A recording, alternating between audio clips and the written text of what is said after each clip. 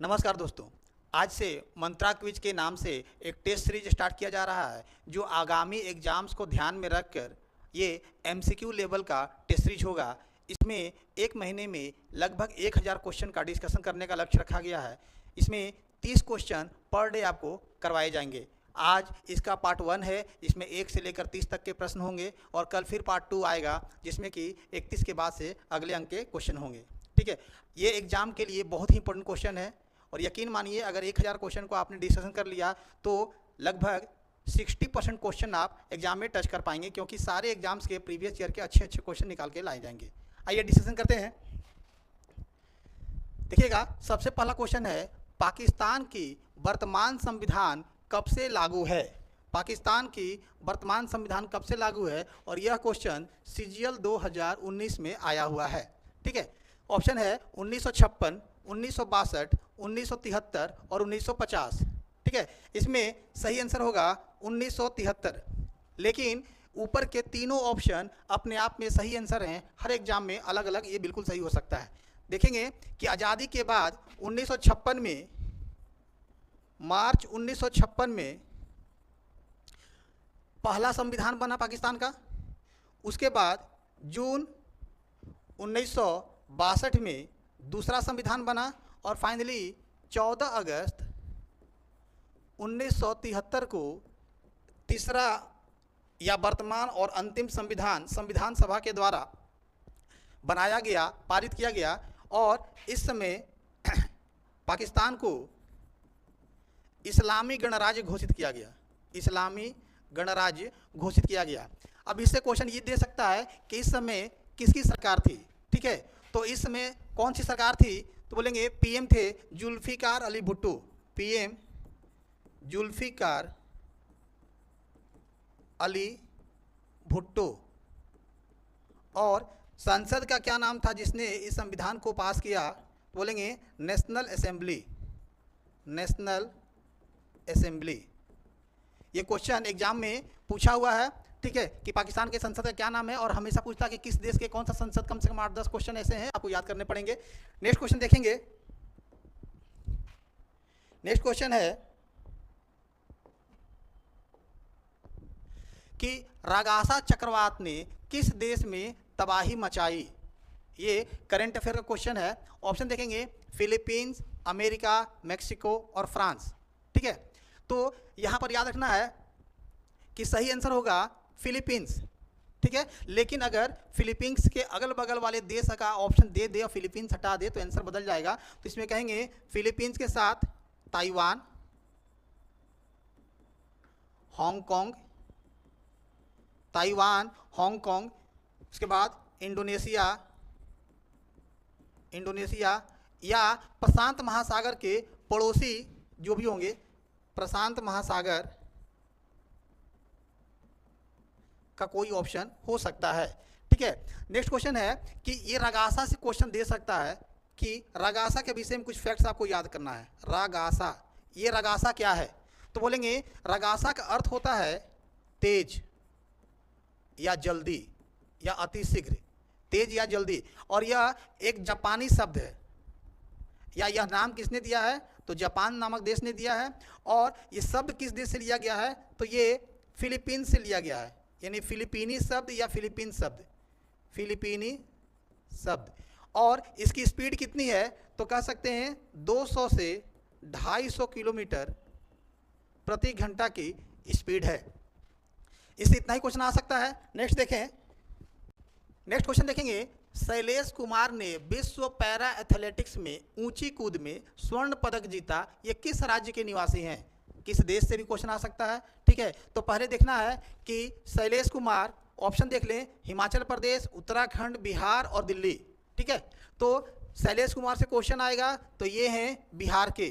ठीक है, बिहार के जमुई क्षेत्र के ये निवासी हैं। ठीक है, दूसरा क्वेश्चन आएगा कि विश्व पैरा एथलेटिक्स, ये जो गेम है, यह गेम कहाँ हो रहा है या कहाँ हुआ? तो बोलेंगे नई दिल्ली। ये गेम कहाँ हुआ? नई दिल्ली। ठीक है, उसके बाद क्वेश्चन आएगा कि इन्होंने ऊंची कूद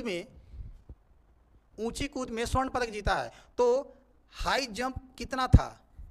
हाई जंप बोलेंगे 1.91 मीटर हाइट तक ये उछाल लिए हैं। ठीक है, चलिए नेक्स्ट क्वेश्चन देखेंगे। 28 सितंबर 2025 को कौन सा विश्व रेबीज दिवस मनाया गया? ठीक है, ऑप्शन है 17वां, 18वां, 19वां, 20वां।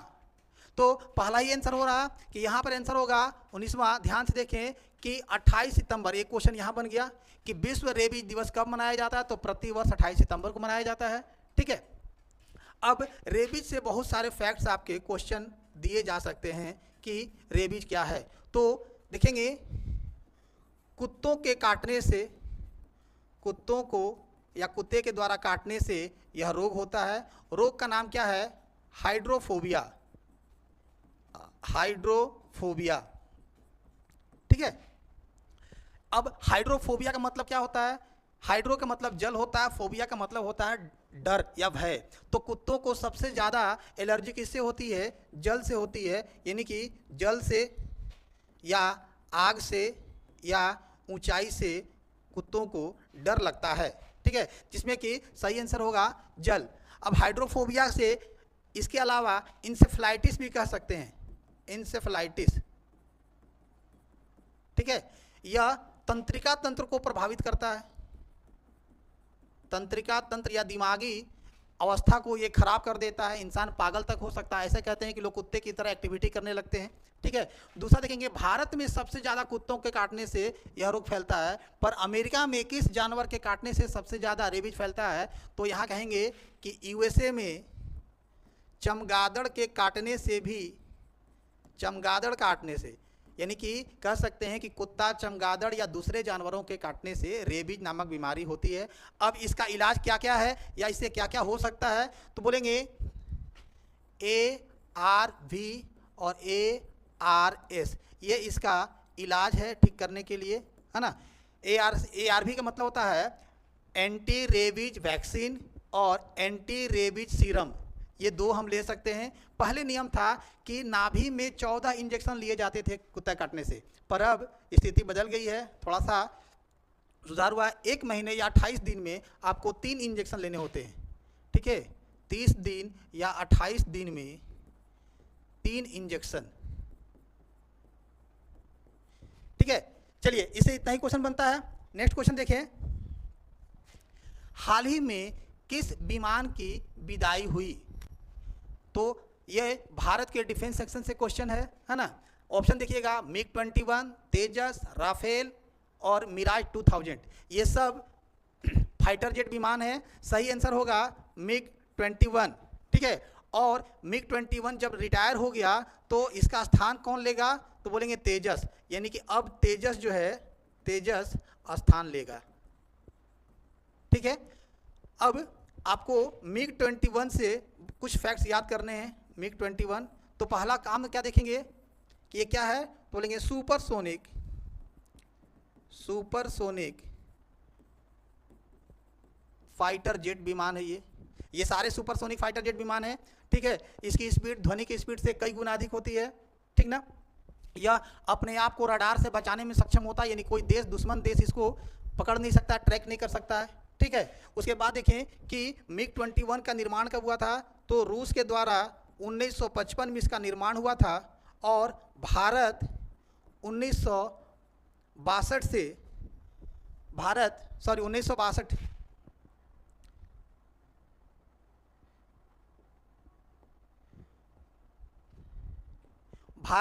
1963 से इसका सेवा ले रहा है। ठीक है, इस तरह कुल मिला के 62 साल तक सेवा दिया और यह 2025 में रिटायर हो गया। ठीक है, चलिए नेक्स्ट क्वेश्चन देखें, हवा महल के वास्तुकार कौन है? ऑप्शन देखें, लालचंद उस्ताद, एंड्रियो पैलेडियो, फिलिप ब्रूनेल सीची और विद्याधर भट्टाचार्य। चलिए बताइए इसमें क्या आंसर होना चाहिए? सही आंसर है लालचंद उस्ताद या उस्ताद लालचंद। ठीक है, यह हवा महल कहाँ पर है? तो यह हवा महल राजस्थान के जयपुर में है। पहला क्वेश्चन कैंसिल हो गया, राजस्थान के जयपुर में है। ठीक है, उसके बाद देखेंगे कि इसका निर्माण किसने करवाया। निर्माण किसने करवाया? तो इसका निर्माण करवाया है सवाई प्रताप सिंह। सवाई प्रताप सिंह। यह 5 मंजिला इमारत है। ठीक है, हवा महल इसलिए कहते हैं कि इसकी बनावट ऐसी है कि किसी भी क्षेत्र में चले जाएं या किसी भी रूम में चले जाएं, हर रूम में बराबर हवा एक लेवल का ओपन तेज गति से हवा उनको महसूस होती है, इसीलिए इसका नाम पड़ा हवा महल। ठीक है, और इसका डिजाइन किसने तैयार किया था? डिजाइन अभी बताया लालचंद उस्ताद। लालचंद उस्ताद ने इसका डिजाइन तैयार करवाया है। ठीक है, नेक्स्ट क्वेश्चन देखें। लेनपुल ने छोटा अकबर कहा था किसको? दारा शिकोह को। तो दारा शिकोह से फैक्ट्स पूछा जाएगा कि दारा शिकोह कौन है। तो सबसे पहले देखेंगे, यह शाहजहां और मुमताज का बड़ा बेटा है। बड़ा बेटा और साथ में उत्तराधिकारी भी, रियल उत्तराधिकारी यही था। ठीक है, 1657 में शाहजहां बीमार पड़ता है और शाहजहां के बीमार पड़ने के बाद शाहजहां के जो 4 बेटे थे आपस में उत्तराधिकार के युद्ध में उलझ गए और सब उम्मीद करने लगे कि शाहजहां मर जाए। 1659 में औरंगजेब ने 1659 में औरंगजेब ने उत्तराधिकार युद्ध में सामूगढ़ के पास या सामूगढ़ युद्ध में इसकी हत्या कर दी। हत्या कर दी या फांसी की सजा दे दी परास्त करने के बाद। ठीक है, उसके बाद देखेंगे दारा शिकोह का एक अच्छा काम भी था कि इसने गीता और उपनिषद इन दोनों का फारसी में अनुवाद भी करवाया। इसे हर बार क्वेश्चन पूछा जाता है। ठीक है, नेक्स्ट क्वेश्चन देखें। यजुर्वेद में यजुर शब्द का क्या अर्थ होता है? 4 वेद हैं, ऋग्वेद, सामवेद, यजुर्वेद और अथर्ववेद। इसमें से यजुर्वेद में यजुर शब्द का क्या अर्थ है? ऑप्शन है जीवन, प्रकृति, त्याग और सच्चाई। सही आंसर होगा त्याग, यानी कि सेक्रीफाइस। सेक्रीफाइस। ठीक है, अब यजुर्वेद से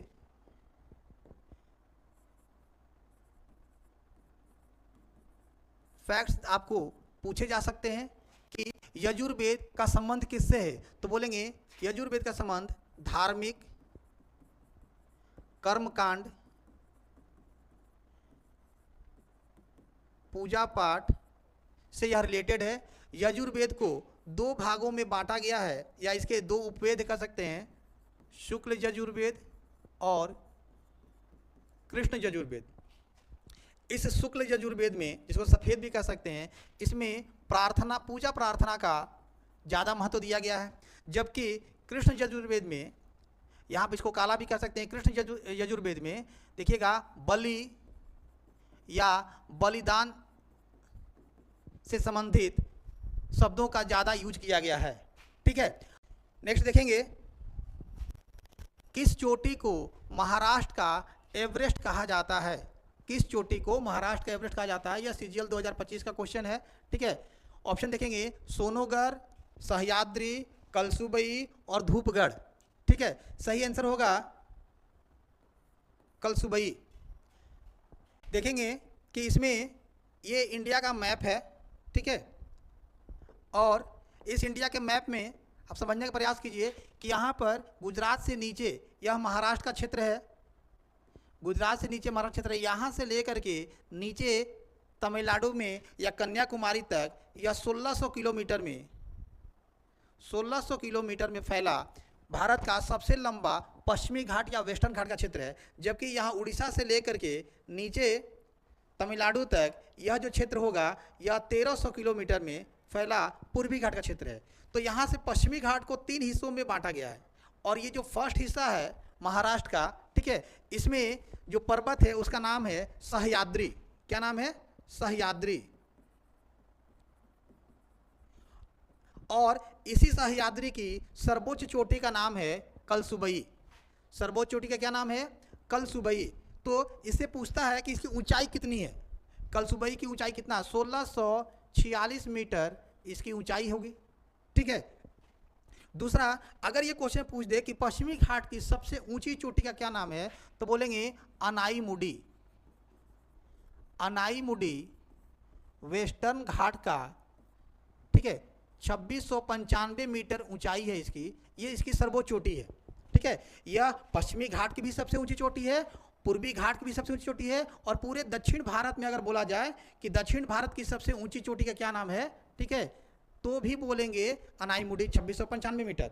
इसके अलावा अगर क्वेश्चन देता है कि दक्षिण भारत की दूसरी सर्वोच्च चोटी का क्या नाम है, ठीक है, तो बोलेंगे दोदा बेटा। दोदा बेटा, है ना। दोदा बेटा की ऊंचाई से पूछना आएगा 2637 मीटर। 2637 मीटर, ठीक है। और यह तमिलनाडु के नीलगिरी क्षेत्र में पड़ेगा, और यह केरल के क्षेत्र में पड़ता है, ठीक है। चलिए नेक्स्ट क्वेश्चन देखें। वायु चक्रवात भारत के किस भाग को प्रभावित किया था?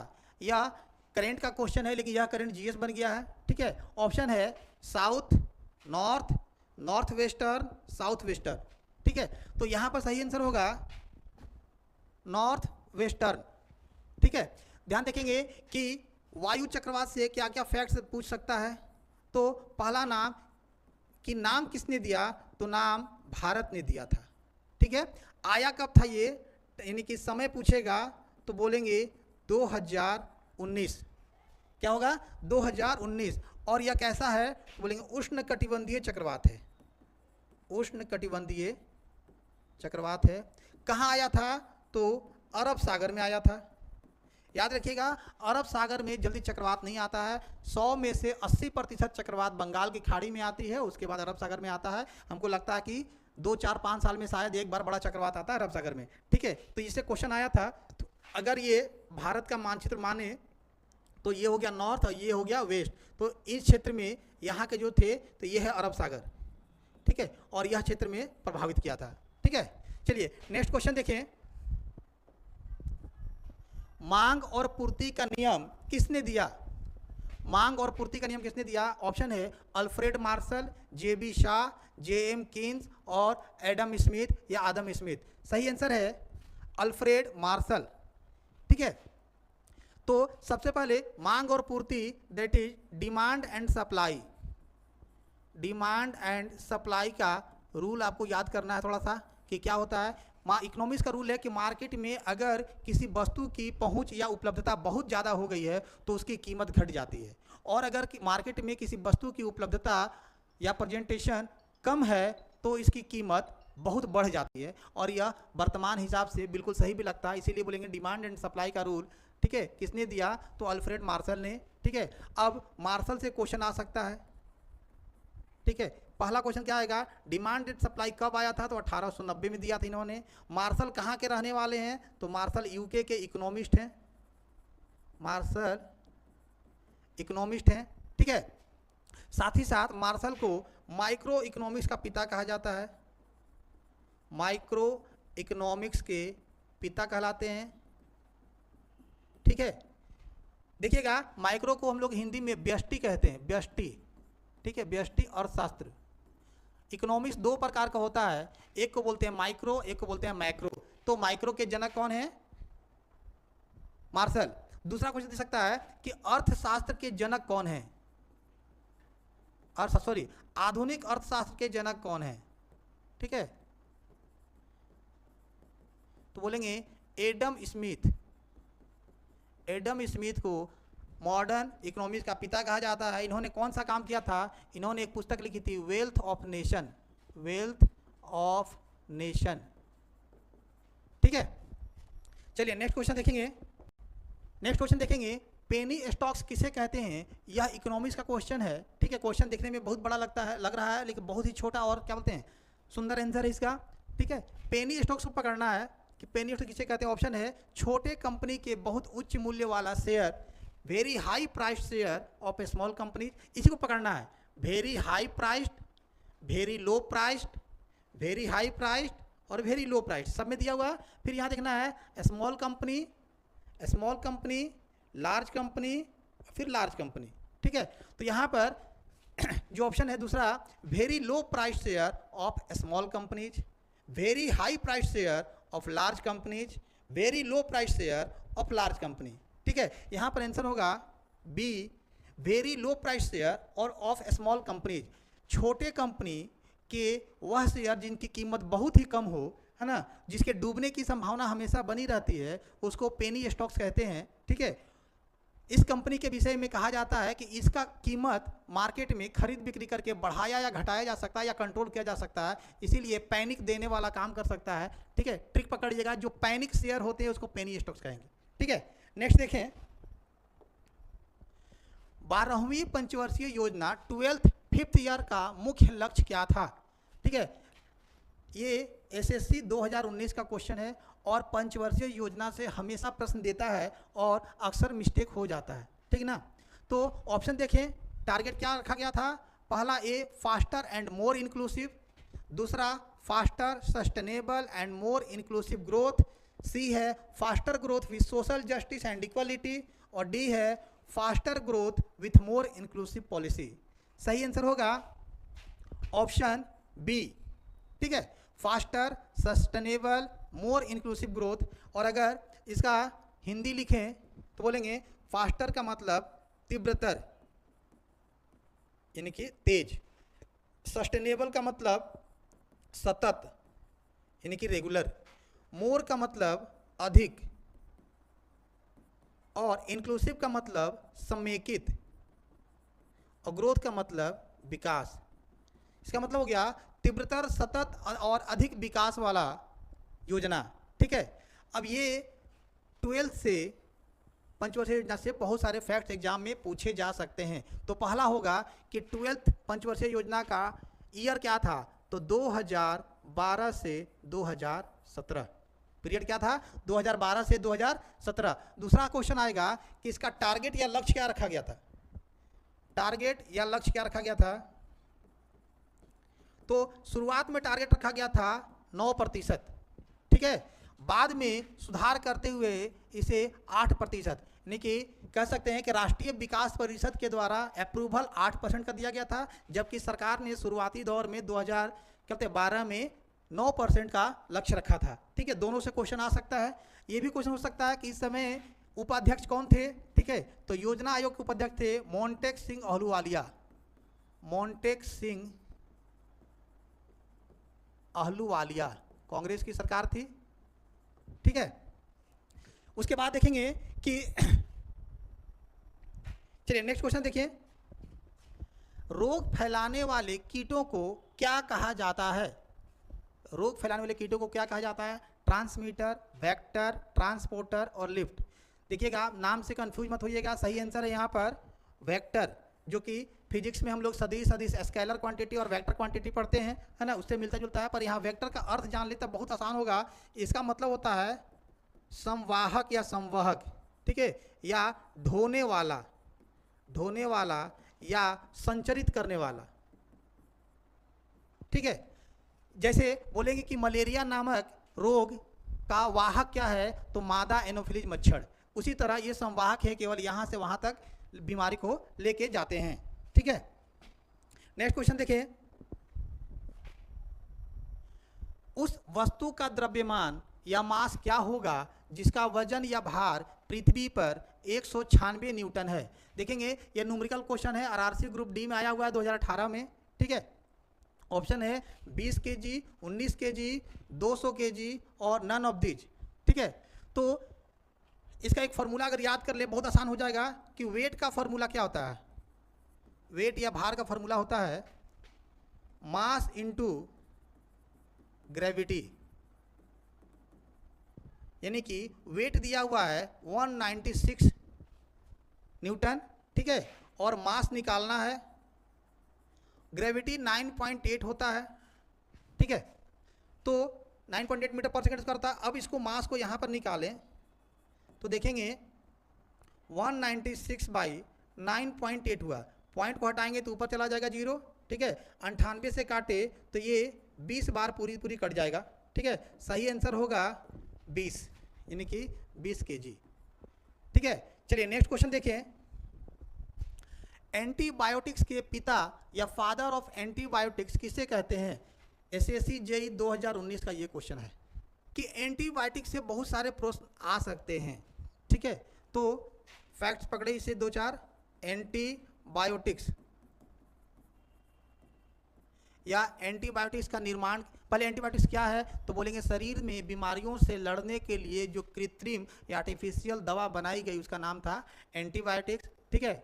हमारे शरीर में एंटीबॉडी और एंटीबायोटिक्स दो फैक्टर पाए जाते हैं। तो एंटीबायोटिक की खोज किसने की? तो 1928 में अलेक्जेंडर फ्लेमिंग ने एंटीबायोटिक्स की खोज की, ठीक है, और इसी के लिए 1945 में इनको नोबेल पुरस्कार भी मिला था। ये भी क्वेश्चन पूछा सकता है, नोबेल मिला था, ठीक है। एंटीबायोटिक्स का नाम पूछा जा सकता है कि पहला एंटीबायोटिक्स क्या था, फर्स्ट एंटीबायोटिक्स का क्या नाम था, तो बोलेंगे पेनिसिलिन, ठीक है। चलिए नेक्स्ट क्वेश्चन देखा जाए। बेंड योर बैक फ्रेज शब्द का प्रयोग किस खेल से संबंधित है? क्योंकि यह फ्रेजल वर्ब है, बेंड योर बैक, है ना, जैसे बोलते हैं थर्ड मैन या लेग बाई, इस तरह के शब्द किस खेल से संबंधित है? यहाँ पर दिया हुआ है बेंड योर बैक, यह 2019 सीजीएल का क्वेश्चन है, ठीक है। ऑप्शन है हॉकी, फुटबॉल, वॉलीबॉल और क्रिकेट। सही आंसर होगा क्रिकेट, ठीक है। तो क्या होता है बेंड योर बैक? इसमें बॉलर को तेज गति से बॉल फेंकने के लिए कोड में बोला जाता है बेंड योर बैक, यानी कि बॉल को जब तेज गति से फेंकेंगे तो कंधा झुकाना पड़ता है और इसीलिए बोला जाता है बेंड योर बैक, ठीक है। अब क्रिकेट से कुछ क्वेश्चन आ सकते हैं, हालांकि क्रिकेट बहुत बड़ा गेम है, इससे बहुत सारे क्वेश्चन आते हैं, है ना। तो बोलेंगे क्रिकेट क्या है, तो सर 11 या 22 खिलाड़ियों द्वारा खेला जाने वाला खेल, ठीक है, या किस पर खेला जाता है? पिच पर। तो पिच की लंबाई पूछा जा सकता है 22 गज या 20 मीटर, ये लंबाई हो गया पिच की, ठीक है। उसके बाद पूछा सकता है कि इसकी सबसे बड़ी गवर्निंग बॉडी कौन है, तो बोलेंगे आईसीसी का गठन कब हुआ था? 1909 में, ठीक है। और इसका मुख्यालय या हेडक्वार्टर कहां पर है, तो बोलेंगे दुबई, ठीक है। और हाल में महिलाओं ने बहुत अच्छा परफॉर्मेंस दिया हुआ है, तो महिला क्रिकेट से एक दो क्वेश्चन जान लें। क्वेश्चन आएगा महिला क्रिकेट की शुरुआत कब हुई? महिला क्रिकेट की शुरुआत 1926 में हुई है, ठीक है। या अब बोलेंगे महिला वर्ल्ड कप महिला क्रिकेट में 1973 में शुरुआत हुई है, ठीक है। हर एग्जाम के लिए क्रिकेट बहुत जरूरी है, जरूर देखिए, ठीक है। चलिए नेक्स्ट क्वेश्चन देखेंगे। विंस्टन चर्चिल ने किस वर्ष साहित्य का नोबेल पुरस्कार जीता? ये 2021 जेपीएससी का क्वेश्चन है, पर आपके एग्जाम के लिए भी जरूरी है। विंस्टन चर्चिल ने किस वर्ष साहित्य का नोबेल जीता? 1945, 47, 1951 और 1953। पहले जान लें चर्चिल के विषय में, तो सही आंसर होगा 1953। चर्चिल कौन है? सबसे चर्चित नामों में से एक। द्वितीय विश्व युद्ध के समय ये ब्रिटेन के प्रधानमंत्री थे, ठीक है, सेकेंड वर्ल्ड वॉर के समय में। तो बोलेंगे चर्चिल से कुछ फैक्ट्स याद करें। यूके के पीएम, याद रखिएगा 2 बार बने थे, ठीक है। पहली बार 1940 से 1945, दूसरी बार 1951 से 1955 तक, ठीक है। और इस दरमियान द्वितीय वर्ल्ड वार के समय, सेकेंड वर्ल्ड वार के समय में इन्होंने 6-7 ऐसे पुस्तकें लिखी जिसका संबंध विश्व युद्ध से था, और इनकी साहित्य की रचना और साहित्य के योगदान को देखते हुए इनको साहित्य का नोबेल पुरस्कार दिया गया 1953 में, ठीक है। 1953 में इनको साहित्य का नोबेल पुरस्कार दिया गया। नेक्स्ट क्वेश्चन देखें। वंगाला त्यौहार या वंगाला फेस्टिवल किस राज्य में मनाया जाता है? ये भी क्वेश्चन एमटीएस में 2022 में आया हुआ है ना। ऑप्शन है केरल, बिहार, मेघालय और तमिलनाडु। ठीक है, क्या लगता है क्या आंसर होना चाहिए? सही आंसर है मेघालय। ठीक है, तो मेघालय में देखिएगा गारो नामक जनजाति, मेघालय में गारो खासी और जयंतिया 3 जनजातियां पाई जाती हैं। तो गारो नामक जनजाति फसल कटाई के बाद ये त्यौहार मनाती हैं। और किस भगवान का, गॉड का नाम क्या है? तो कह सकते हैं सन, गॉड ऑफ फर्टिलिटी, यानी कि उत्पादन के भगवान, उत्पादन या उपज के भगवान। ठीक है, चलिए नेक्स्ट क्वेश्चन देखें। जब मवेशी या कैटल्स जुगाली करते हैं तो कौन सा गैस निकलता है? ठीक है, ये एनटीपीसी का क्वेश्चन है। ऑप्शन है कार्बन डाइऑक्साइड, नाइट्रोजन, मीथेन और सल्फर। यहाँ पर गलती से सल्फर लिखा गया है, सही आंसर होगा मीथेन। ठीक है, तो मीथेन में देखिएगा इसका फॉर्मूला होता है CH4। अब सबसे पहले बोले कि जुगाली किसे कहते हैं? तो वैसे जानवर जो खाना पचाने के लिए अपना मुंह चलाते रहते हैं, जैसे गाय, बैल या भैंस देखे होंगे, उसको हम लोग जुगाली वाले जानवर कहते हैं। ठीक है, और ये सब जानवर मीथेन गैस रिलीज करते हैं। ठीक है, देखिएगा कि इन गाय या भैंस में 4 पेट पाए जाते हैं। ऐसा कहा जाता है कि इनमें 4 पेट पाया जाता है, आप देख भी सकते हैं। ठीक है, इनका जो पहला पेट होता है उसको रूमेन बोलते हैं। रूमेन ये क्या करते हैं, खाना को भकोस लेते हैं या जल्दी जल्दी खा करके अपने पेट रूमेन में ले जाकर रख देते हैं। और फिर जब ये आराम कर रहे होते हैं उस समय फिर से उल्टी करके या निगल करके और फिर से उसको चबाते हैं, पचाते हैं और पीसते हैं। उसमें बहुत सारा झाग भी मुंह से गिरता है। यह क्रिया संभवतः दोपहर या रात में करते हैं। ठीक है, बाद में आंत में इनका भोजन का किण्वन होता है। ठीक है, इसको बोलते हैं आंत्र किण्वन, एंटरिक फर्मेंटेशन। और आंत्र किण्वन के कारण वहां से मीथेन गैस निकलता है। याद रखिएगा, मीथेन गैस वह गैस है जो ग्लोबल वार्मिंग के लिए जिम्मेदार है, ग्लोबल वार्मिंग। ठीक है, और एक गाय या एक भैंस प्रतिदिन 150 से 200 ग्राम मीथेन गैस का उत्पादन ढकार के रूप में लोग करता है। और अगर 1 साल का काउंट कर लिया जाए तो इतना मीथेन निकलेगा कि एक अच्छा खासा फैमिली जो कि कार से चलती हो उसका साल भर का खर्च वहन कर दे। यानी कि आप कितना किलो होगा आपका अंदाजा लगा सकते हैं। चलिए नेक्स्ट देखें। मुखबरात नामक गुप्तचर संस्था किस देश की संस्था है? यह दिल्ली पुलिस का क्वेश्चन है। मुखबरात नाइजीरिया, सूडान, मिस्र और लेबनान। कहाँ का होगा? सही आंसर है मिस्र। ठीक है, लेकिन मिस्र में मुखबरात और अगर इसी में अल जुड़ जाए तो अल मुखबरात अगर क्वेश्चन आ जाए तो क्या होगा? तब हो जाएगा इराक। तब क्या हो जाएगा? इराक। नेक्स्ट क्वेश्चन देखें। भारतीय इतिहास शोध संस्थान का मुख्यालय कहाँ है? ठीक है, ऑप्शन है भोपाल, चेन्नई, नई दिल्ली और कोलकाता। सही आंसर है नई दिल्ली। ठीक है, नेक्स्ट क्वेश्चन देखें। चलिए नेक्स्ट क्वेश्चन देखेंगे। जम्मू कश्मीर का कौन सा क्षेत्र केसर या सैफरॉन के लिए प्रसिद्ध है या विश्व प्रसिद्ध है? ऑप्शन है पंपोर, श्रीनगर, जम्मू और किश्तवाड़। ठीक है, तो यहाँ पर मेरे अनुसार आंसर होगा पंपोर। ठीक है, सबसे पहले केसर के विषय में थोड़ी सी जानकारी प्राप्त कर लें कि केसर क्या है। तो केसर एक विशेष फूल का उत्पाद है जो भारत में सिर्फ जम्मू कश्मीर में उपजाया जाता है या होता है। ठीक है, और जम्मू कश्मीर का पंपोर क्षेत्र विश्व प्रसिद्ध है ना। तो केसर क्या है?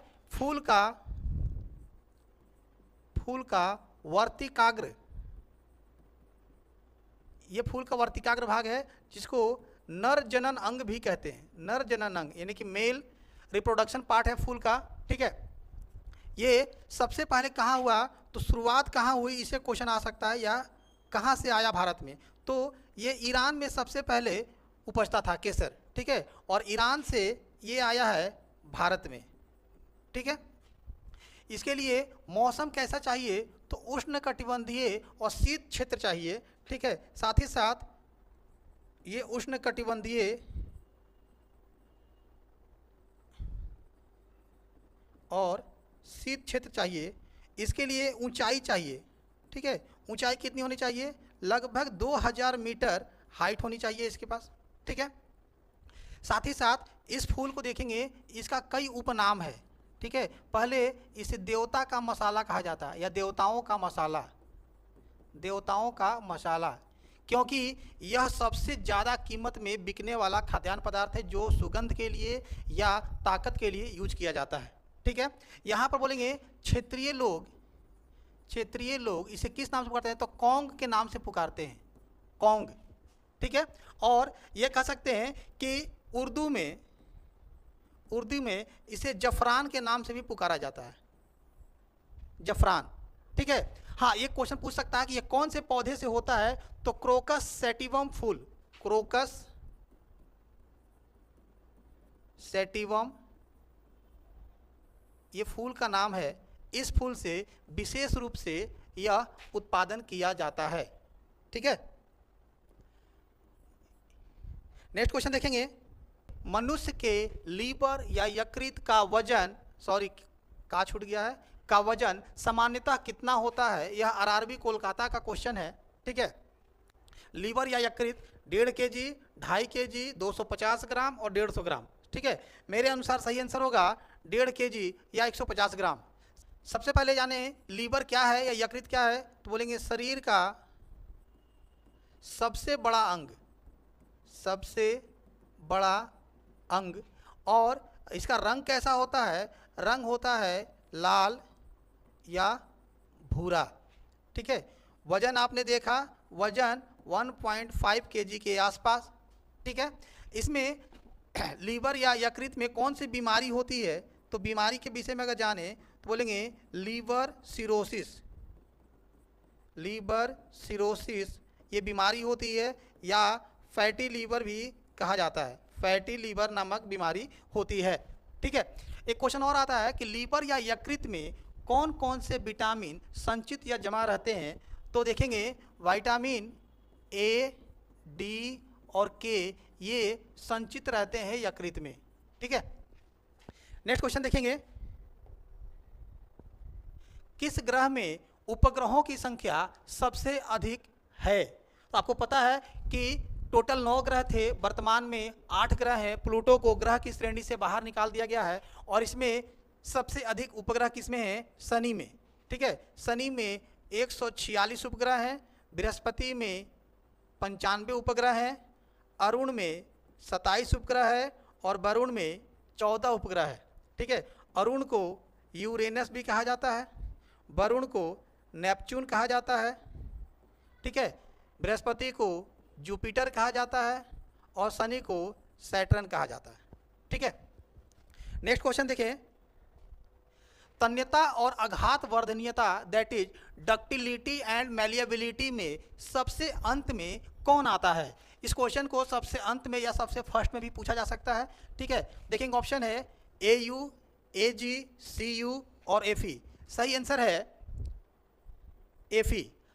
अब पहले जान लें कि AU क्या है। हम लोग इसको बोलते हैं औरम यानी कि सोना। AG को बोलते हैं अर्जेंटम। AU क्या बोलेंगे, AG क्या बोलेंगे, अर्जेंटम। CU को बोलते हैं कॉपर यानी कि तांबा, ठीक है। और FE को बोलते हैं लोहा या लौह, ठीक है। अब देखिएगा कि ये सबसे ऊपर वाला सबसे लंबा तार खींचा जा सकता है, ये सबसे ज़्यादा डक्टाइल है। डक्टाइल मतलब तन, इसको तान करके खींचा जा सकता है, बहुत पतले बारीक बाल की तरह इसको बनाया जा सकता है, और इससे कई बार कपड़े भी बनाने की बात सामने आई है। आपने सुना होगा मुकेश अंबानी के फैमिली में बहुत सारे लोग ऐसे हैं जो सोने से बने हुए कपड़े का यूज करते हैं, ठीक है। तो ये सबसे ज़्यादा तन्य है, और पिटने पर क्या बोलते हैं, आवाज़ आती है। तो अगर देखा जाए है ना, तो बोलेंगे AU greater than AG greater than CU greater than FE। ये सबसे लास्ट में या 4th पोजीशन पर है, और ये सबसे ऊपर में फर्स्ट पोजीशन पर है। इस क्वेश्चन को कोई भी आगे पीछे करना है, ये सबसे ज़्यादा तन्य है, सबसे लंबा तार बनेगा, उसके बाद इसका सबसे ज़्यादा लंबा तार बन सकता है, उसके बाद इसका बन सकता है, और सबसे लास्ट में एफी या आयरन का होगा। नेक्स्ट क्वेश्चन देखें, भारत में वर्षा मुख्यतः कैसी है? ये ज्योग्राफी क्वेश्चन है, आरआरबी पटना में देखिएगा आयो एग्जाम में। तो पहला है चक्रवातीय वर्षा, दूसरा है संवहनीय वर्षा, तीसरा है पर्वतीय वर्षा, और डी है नन ऑफ दीज। पहले जान लें, चक्रवातीय को साइक्लोनिक कहते हैं हम लोग, संवहनीय को कन्वेक्शनल रेन कहते हैं, पर्वतीय को ओरोग्राफिक रेन कहते हैं, और ये तीनों वर्षा इन सबको मिला दिया जाए, या ओरोग्राफिक को भी हम कह सकते हैं कि यह मानसूनी वर्षा है। तो भारत में सबसे ज़्यादा पर्वतीय वर्षा या ओरोग्राफिक रेन होती है, ठीक है। उसके बाद देखा जाए संवहनीय वर्षा और लास्ट में चक्रवातीय वर्षा। पर्वतीय वर्षा में पर्वत से मानसूनी हवाओं का टकराना जरूरी होता है। संवहनीय वर्षा समंदर के किनारे तटवर्ती क्षेत्रों में होता है, जो धीरे धीरे या औसत गति का होता है, जबकि चक्रवातीय वर्षा समुद्र तट के किनारे बहुत तेज गति से लो प्रेशर या हाई प्रेशर जोन बनने के कारण होता है, ठीक है। नेक्स्ट क्वेश्चन देखें, मजलिस किस देश की संसद का नाम है? आपको पता है टॉपिक में लोग हमेशा पढ़ते हैं संसद, है ना, 8-10 संसद के नाम याद करना है। तो मजलिस नामक संसद किस देश की संसद नाम है? तो मालदीव, ईरान, स्पेन, तुर्की और बांग्लादेश। सही आंसर होगा मालदीव और ईरान, ठीक है। यानी कि कहें कि मालदीव क्या हो गया? मजलिस हो गया। स्पेन में कौन सा, स्पेन की संसद नाम है कोर्टेस, क्या बोलेंगे? कोर्टेस। तुर्की में कौन सा होगा? तुर्की में ग्रैंड नेशनल असेंबली, ये तुर्की की संसद का नाम है। और बांग्लादेश की संसद का नाम है जातीय संसद, जातीय संसद। बहुत इंपॉर्टेंट क्वेश्चन है, इससे कई बार एग्जाम में क्वेश्चन आए हैं। उसके बाद देखेंगे उपनिषद पुस्तक किस पर आधारित है या इसका बेस क्या है, ठीक है। तो देखेंगे ऑप्शन है धर्म, योग, विधि और दर्शन। दर्शन यानी फिलॉसफी, ठीक है। सही आंसर होगा दर्शन या फिलॉसफी, ठीक है। अब सबसे पहले उपनिषद को पकड़ते हैं, इससे बहुत सारा क्वेश्चन एग्जाम में आता है। उपनिषद क्या है, ठीक है। तो उपनिषद को 3 टुकड़ों में बांटिए, उप, नी और शद। उप का मतलब होता है समीप, नी का मतलब होता है श्रद्धा, और सद का मतलब होता है बैठना।